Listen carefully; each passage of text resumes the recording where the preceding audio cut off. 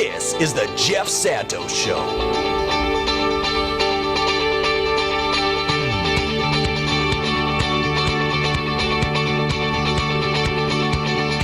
33 minutes past the hour. It is the Jeff Santos Show that you are tuned into. Coming to you live from the South Coast here in the Commonwealth of Massachusetts. So we go from Madison, Wisconsin, usually Green Bay, go across the country. Interstate 90 will take you there. And we land in Seattle, WA, where we find our good friend. He is the Renaissance man of the Jeff Santos Show, Executive Director, Democracy Watch News. He is our good friend and good friend of the program, and yours truly, Mark Taylor-Canfield, joins us via video from the 206.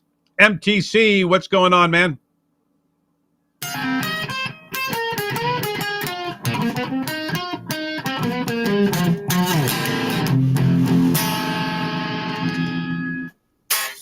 Hey. Hey, how you doing?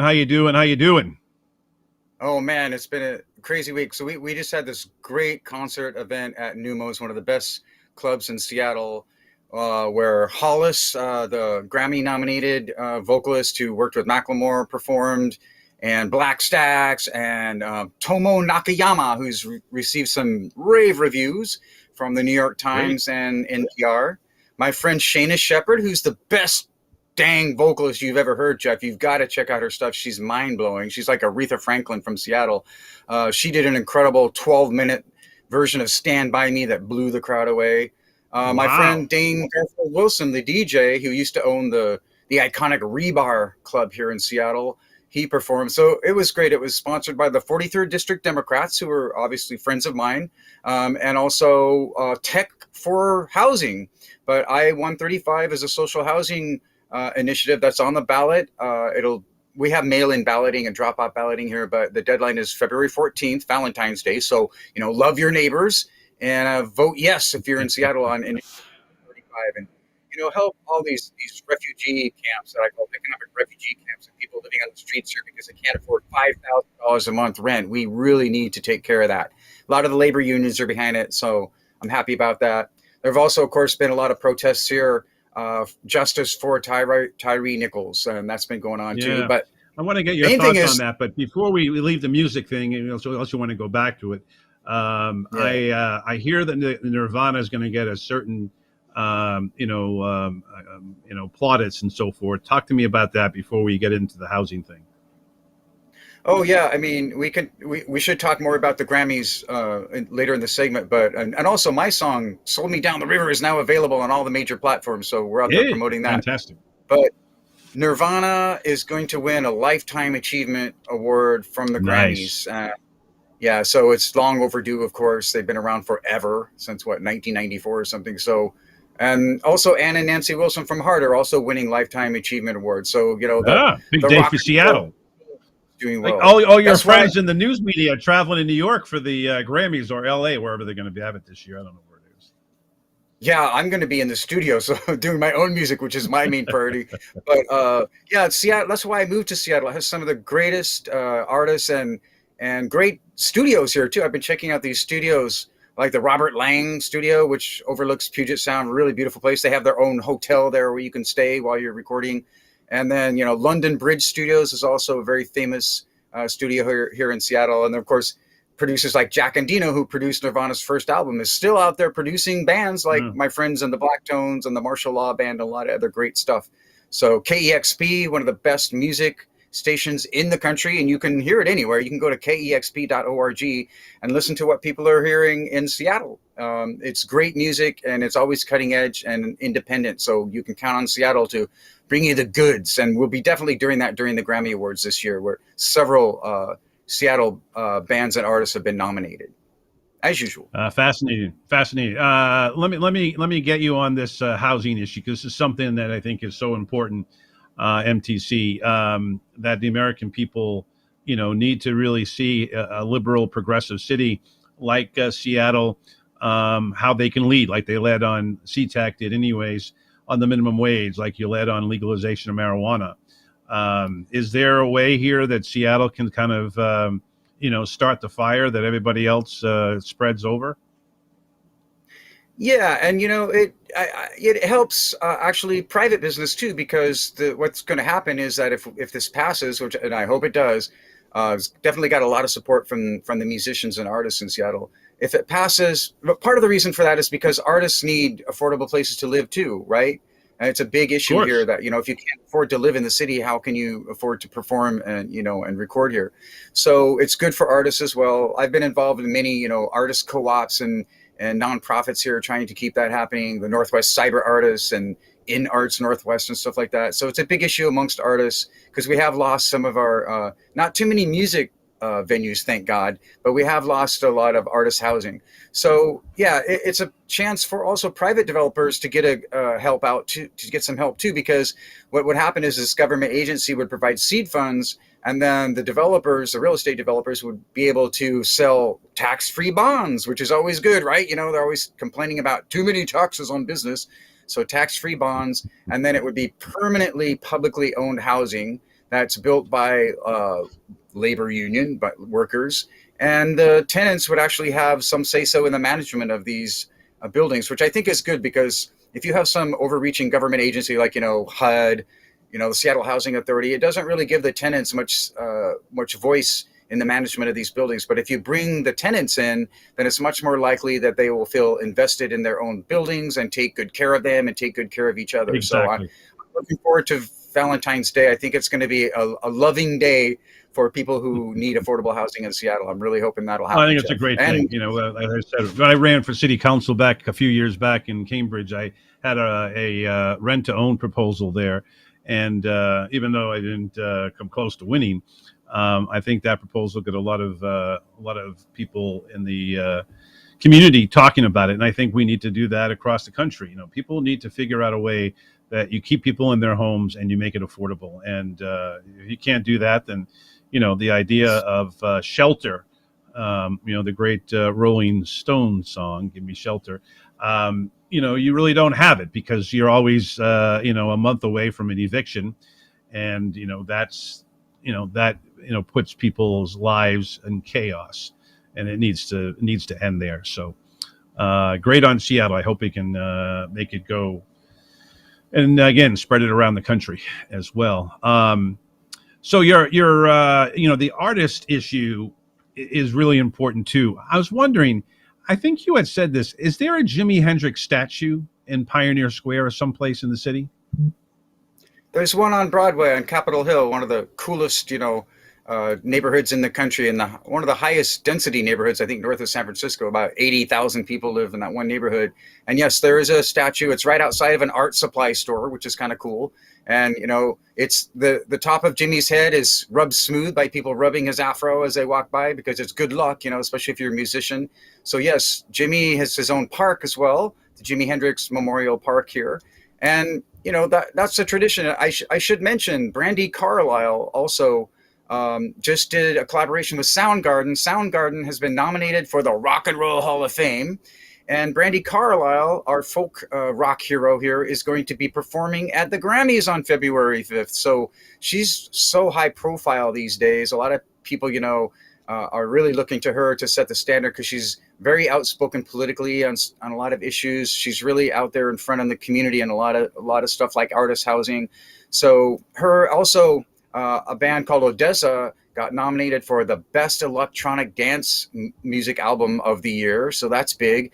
And then we also have another guy whose name I keep forgetting because I haven't heard his stuff. But what is his name?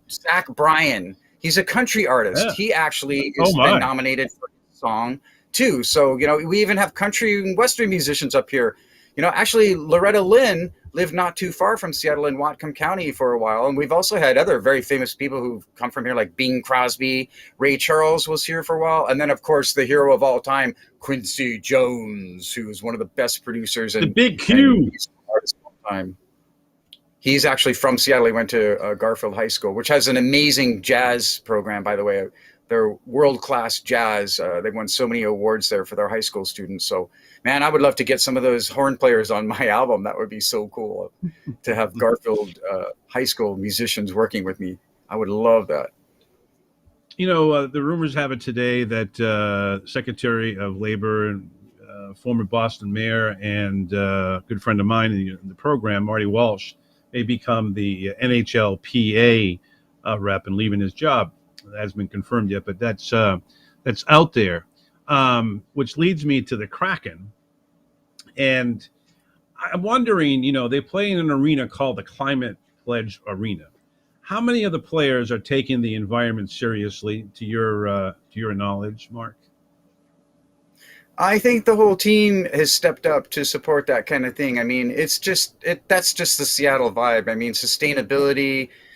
Of course, we've talked about this before. The environment is so beautiful around here. The orca whales and the harbor porpoises are coming back, and the great blue heron flying all over the locks and Ballard now. They have a huge nest of what they call a colony of great blue heron there now that live up in the trees, and more now than ever before. So the bald eagles have made a huge rebound here. So people really care about the environment and they care about sustainability. So the Kraken is right there, stepping up and also supporting artists. They've had the Martial Law Band perform there, and all sorts of really great folks have performed at their games. I'm hoping to do the Star Spangled Banner Jimi Hendrix style there at some point. I'm going to reach out to them and see if we can do that.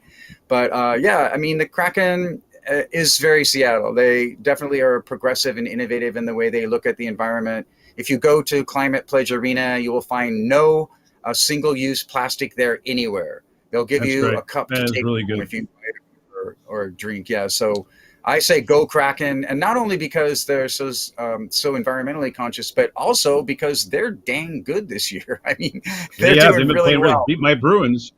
I've only been, they have 8 losses or whatever. It's unbelievable. Yes. Well, we get you guys, I think, in 2 weeks in Seattle. Let me ask you on the sports thing, and the reason I'm doing this is I think that, you have a progressive city, and if you bring in professional franchises, they usually do the right thing. I mean, you saw Pete Carroll's a pretty progressive guy, as the head coach of Seattle, and they won a Super Bowl, and, and so on and so forth. But what about the idea of bringing back the Supersonics? I mean, whether they come from Oklahoma, where they eventually went, I don't care about that. But wherever they come, I'll get a franchise. Because I believe now that the Pledge Arena has been rebuilt, there's room for another tenant there. And I presume, that the owners of the Kraken, I don't know how the ownership of the arena, if it's all Kraken or if it's part of the Seattle Metropolitan Commission or whatever. But, that would be a good tenant, I presume, as well. About NBA franchise. Oh, yeah. No. Any talk about that? It's a major music venue as well. Alice Cooper played there not long ago. There's all sorts of really top-notch artists who are performing there now. And yes, it is partly publicly owned by the city and the county. But yes, I mean, we all hope that we get NBA back here, because we all, love these icons like Slick Watts and Downtown Freddie Brown and Jack Sigma. That's right. Those guys. DJ. Yeah. They actually won a world champion. They were in the championship in 1978. A long time ago, and I don't remember. They beat a team that doesn't even exist anymore. Well, they do as the Wizards, but they were called the Washington Bullets back then. Wes Unseld and all those guys. So there you go.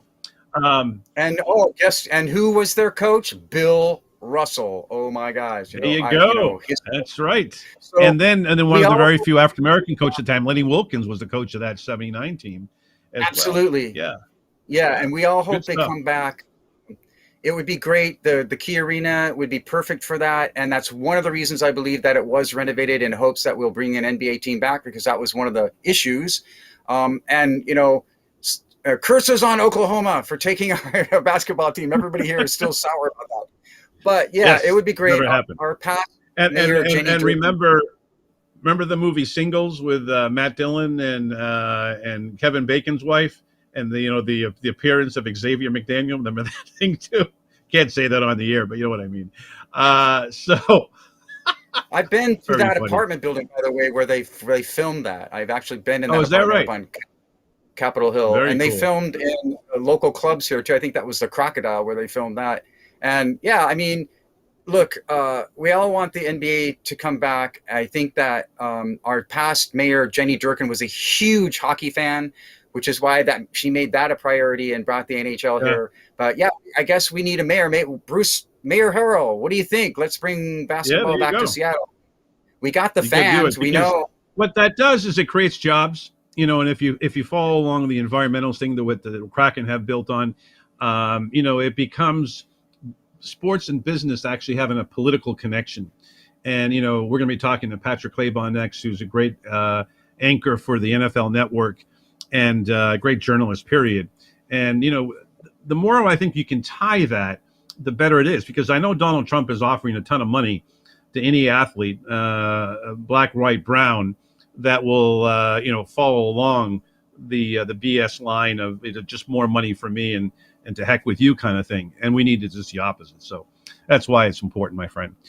Hey, we got to run, but I know people should be aware of the fact that Mark Taylor-Canfield is on YouTube, and MTC, yes. Tell us more, and we'll rock and roll here. The MTC Report. Check out my videos on YouTube. My music's also out there now on SoundCloud and a lot of other platforms. Look for Sold Me Down the River, which is that bluesy song I played on your show a couple weeks ago. That's been released now on all the major platforms. So go Kraken. Sooner or later, Jeff, the Seattle Supersonics are going to be back, and we're going to beat the Celtics. You watch. It'll be mind-blowing. Oh, yeah. Oh, yeah. Well, not this year, though. Thank you, my friend. Always great to talk to MTC. Have a great weekend, man. Keep rocking, Jeff. Always, dude. Appreciate you. All right, let's go from the great city of Seattle down to the city of Angels in Los Angeles, California, where we find our good friend, Patrick Claybon, NFL Network anchor, a great friend of the program, and he joins us from Los Angeles, California. It's great to have you back, Patrick. How are you? It's been a while. Jeff, what's up? Yeah, it's been a while. Hey, man. I'm glad we could make the schedules work. And yes, indeed. While we have two NBA teams here in Los Angeles, California, we don't have Seattle's $18.69 minimum wage. So shout out to the people who work so hard in Seattle to get that. There you go.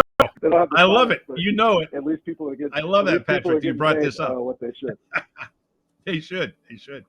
Hey, speaking of that, it's important that, the Clippers, who have been sort of always the black sheep of Los Angeles sports. I mean, I know that they got rid of that racist owner many years ago, but I mean, they got a Microsoft billionaire, which would connect the dots to, would they potentially move to Seattle? Well, I don't think Steve Ballmer would build this palatial arena that's going actually right next to us, right across. Oh, is that right? I didn't know that. Okay.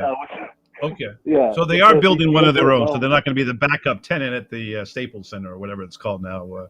Crypto.com, stupid name. But okay, I didn't know that. We'll see. We'll see how long that name lasts. But yeah. Exactly. I don't think it's going to last very long. Well, look, to be serious for a second, a couple of things are going to be happening next week at Super Bowl, and I hope you're going to be, flying down or driving down from LA to Phoenix. You got two African-American quarterbacks in the same game. And, I was listening to some commentary today on ESPN and even on the MLB network and talking about this. And I thought it was really interesting to hear a couple of opinions from African-American athletes, or former athletes in this case. And the idea is that, this should never be a big deal because, there should have been NFL quarterbacks, when the game, integrated years ago there. But, I remember when I was a kid, it was Harris and Gilliam for the Pittsburgh Steelers and, just a handful of African-American quarterbacks. How do you look at this from your vantage point? I don't know how much you are talking about this issue on the NFL Network, and I apologize. The new streaming service I have doesn't carry your network, so I have to go on YouTube and other places to try to watch it. But what is your thought on this? Well, honestly, because we've heard from both Jalen and Patrick regarding this, and of course, right, to become a quarterback in the NFL, you need to have certain advantages, right? And Jalen Hurts' father was a well-known and esteemed high school football coach. Of course, Patrick Mahomes' father was Patrick Mahomes. Right, exactly. You don't Royals make it pitcher. to the level that they've made it. Yeah, you don't make it to the level that they've made it without help and without opportunity.